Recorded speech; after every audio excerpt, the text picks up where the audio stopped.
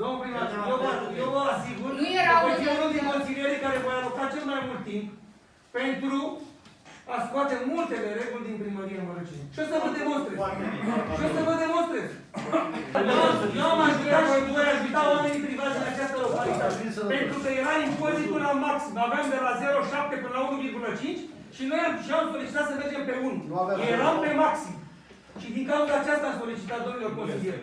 Pentru că mă voi bate pentru locuitorii din Mărăcini. Ați propus Pentru oamenii de afaceri care vin și plătesc impozite și taxe la primărie. Am gândit. De asemenea, la dispensar, am văzut că avem un post întreg pentru femeia de serviciu și se lucrează o zi pe săptămână acolo. La dispensar? Da, la dispensar. La dispensar avem femei de serviciu, vine o singură zi pe săptămână și are normă întreagă.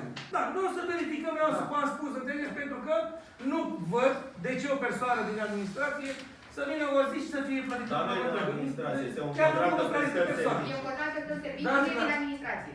Spun și mă repet, voi face tot ce este posibil ca această comună Mărăcine, în care locuiesc, bani să fie folosiți în interesul oamenilor și pentru oameni. Nu așa cum se dorește. Da.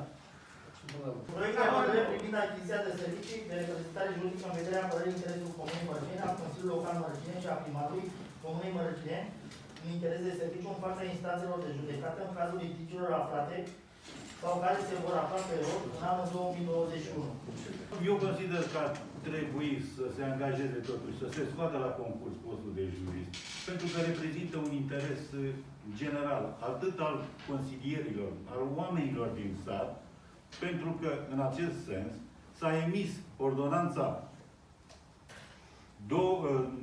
26 pe 2012, adică această ordonanță a fost emisă conform articolului 1, aliniatul 1, și aceasta prevede că autoritățile și instituțiile publice ale administrației publice centrale și locale, indiferent de modul de finanțare și subordonare, societățile naționale, companiile naționale, societățile comerciale cu capital integral sau majoritar de stat, precum și regiile autonome care au în structură organizatorică, și noi avem în structură organizatorică personal propriu de specialitate juridic, nu pot achiziționa servicii juridice.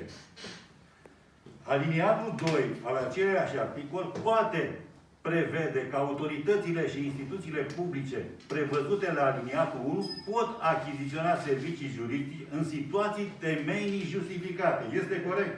Da. Așa cum am spus. Da. În care activitățile juridice necesare nu pot asigura de către reprezentantul jurist, respectiv, să facă față acelui proces. Am spus corect. Deci am explicat de la început, dar n-am mai citit, dar am explicat că se poate angaja servicii numai când este un proces deosebit.